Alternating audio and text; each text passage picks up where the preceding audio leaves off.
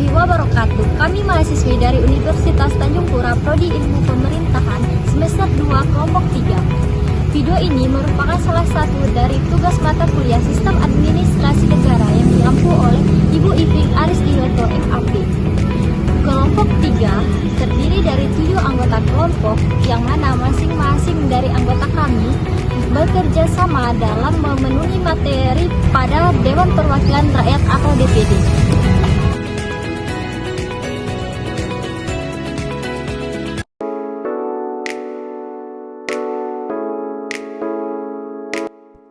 Dewan Perwakilan Daerah Republik Indonesia atau yang biasa kita singkat dengan DPD RI adalah suatu lembaga negara Indonesia di mana dalam ketatanegaraan-nya secara konstitusional adalah mewakili aspirasi dan kepentingan daerah pada tingkat nasional mengacu pada Undang-Undang Dasar 1945 Pasal 22D dan Tata Tertib DPD RI, di mana menegaskan bahwa fungsi DPD RI ada 3, yaitu fungsi pengawasan, fungsi legislasi, dan fungsi penganggaran.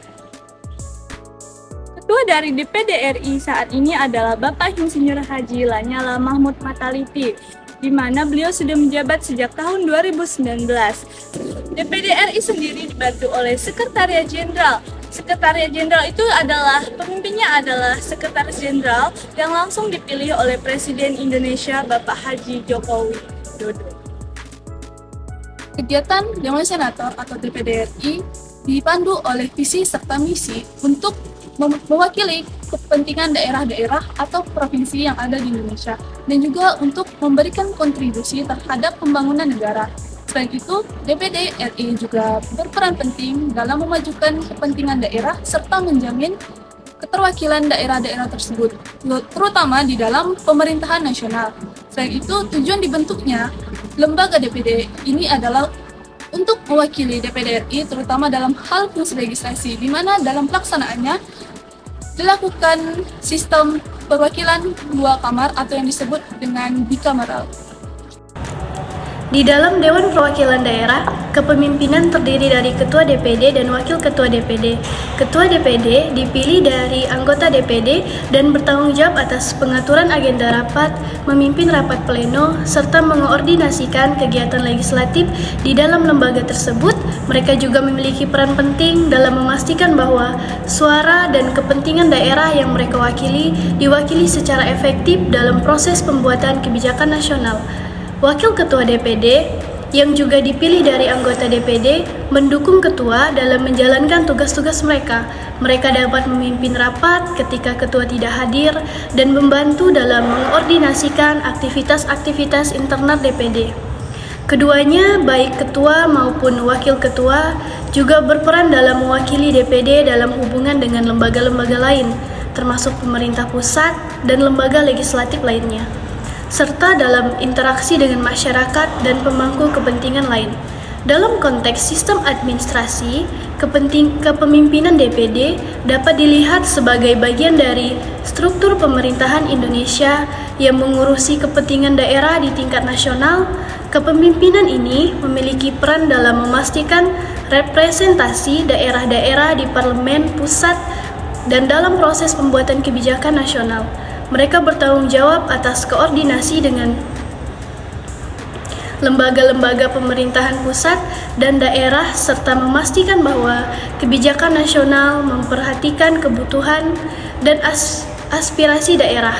Jadi, kepemimpinan DPD tidak hanya memiliki peran legislatif, tetapi juga administratif dan mengurus urusan daerah di tingkat nasional. Berikut adalah beberapa contoh manajemen yang dilakukan dalam DPD RI. 1. Pengawasan. DPD RI memiliki fungsi pengawasan yang meliputi pengawasan terhadap pelaksanaan undang-undang, pengawasan terhadap keuangan daerah, dan pengawasan terhadap kinerja pemerintahan daerah. 2. Legislasi. DPD RI memiliki fungsi legislasi yang meliputi pengajuan usul rancangan undang-undang, pembahasan rancangan undang-undang, pertimbangan atas rancangan undang-undang, dan pengawasan atas pelaksanaan undang-undang. Dan yang ketiga, penganggaran.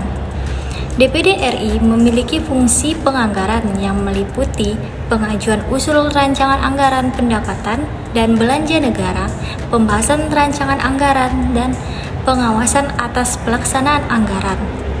4. Pengelolaan sumber daya. DPD RI memiliki fungsi pengelolaan sumber daya yang meliputi pengelolaan sumber daya alam, pengelolaan sumber daya ekonomi, dan pengelolaan keuangan daerah. Dalam menjalankan fungsi-fungsi tersebut, DPD RI harus memastikan bahwa prosesnya dilakukan secara objektif, transparan, akuntabel, dan jujur, serta mengutamakan ketercapaian kepentingan masyarakat dan daerah. Yang selanjutnya yaitu proses pengambilan keputusan DPD.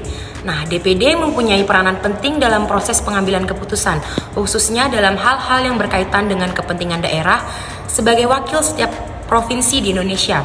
Anggota DPD dipilih melalui proses demokrasi dan bertanggung jawab keterwakilan kepentingan daerah dalam proses legislasi nasional.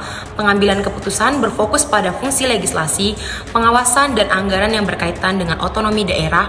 Keterlibatan DPD meliputi penyampaian rancangan undang-undang kepada DPR yang kemudian dibahas dan diputuskan DPR. DPD memainkan peran penting dalam proses pengambilan keputusan di Indonesia, khususnya dalam hal-hal yang berkaitan dengan pembangunan daerah dan pengelolaan sumber daya daerah. Keterlibatan DPD pada fungsi legislatif, pengawasan, dan anggaran memastikan bahwa perspektif daerah diperhitungkan dalam kebijakan nasional. Proses pengambilan keputusan di DPD berlangsung secara teratur dengan berbagai tahap dan langkah yang dilakukan untuk memastikan keputusan yang diambil adalah yang terbaik dan sesuai. Selanjutnya, dalam proses pengambilan keputusan Dewan Perwakilan Daerah atau DPD, ini dapat berlangsung melalui beberapa tahap atau langkah. Yang pertama, yaitu penyusunan peraturan DPD.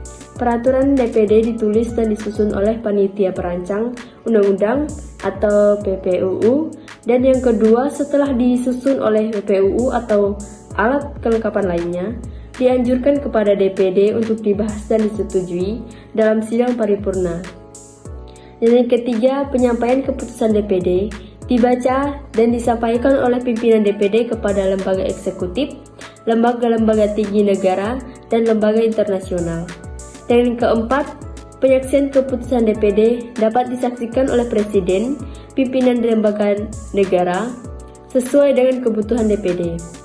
Dan yang kelima, pelaksanaan keputusan DPD harus dilaksanakan oleh pimpinan DPD yang memiliki tugas menyusun rencana kerja dan mengadakan berbagai kerja antara ketua dan para wakil ketua. Penyelenggaraan keputusan DPD selanjutnya, keputusan DPD harus diumumkan oleh DPD dan lembaga eksekutif yang mempunyai tugas memimpin sidang-sidang dan menyimpulkan hasil sidang untuk mengambil keputusan. Hubungan antar lembaga subsistem DPD dibagi menjadi dua kategori utama. Ada hubungan internal dan hubungan eksternal. Di dalam hubungan internal, ada keanggotaan dan struktur organisasinya. Keanggotaan ialah DPD terdiri dari anggota yang berasal dari berbagai daerah di Indonesia. Anggota DPD ini dipilih melalui pemilihan umum atau pemilu yang diadakan 5 tahun sekali di Indonesia dan memiliki kepentingan daerahnya masing-masing. Struktur organisasi ialah DPD memiliki struktur organisasi yang terdiri dari beberapa lembaga seperti Badan Musyawarah Anggota atau BMA yang bertugas membahas, memutuskan berbagai hal terkait dengan keanggotaan, organisasi, dan tata bercara. Ada juga komisi. DPD memiliki 4 komisi. Komisi pertama membidangi hubungan antar lembaga negara, komisi kedua membidangi ekonomi, komisi ketiga membidangi hukum, komisi keempat membidangi agama. Alat kelengkapan DPD atau AKD bertugas membantu DPD dalam melaksanakan tugas dan fungsinya. AKD ini sendiri terdiri dari beberapa badan seperti Badan Legislasi, Badan Anggaran, Badan Pengawasan, Badan Perancangan Undang-Undang, dan Badan Kehormatan. Di dalam hubungan eksternal, ada DPR, pemerintahan, dan masyarakat. DPR DPD memiliki hubungan yang erat dengan DPR, terutama dalam hal penyusunan UU atau undang-undang. DPD dapat mengajukan RUU kepada DPR dan memberikan pertimbangan terhadap RUU yang diajukan oleh DPR. Pemerintah. DPD memiliki hubungan dengan pemerintah dalam pengawasan terhadap pelaksanaan UU dan APBN dan kebijakan pemerintah. Masyarakat. DPD memiliki hubungan dengan masyarakat sebagai representasi daerah.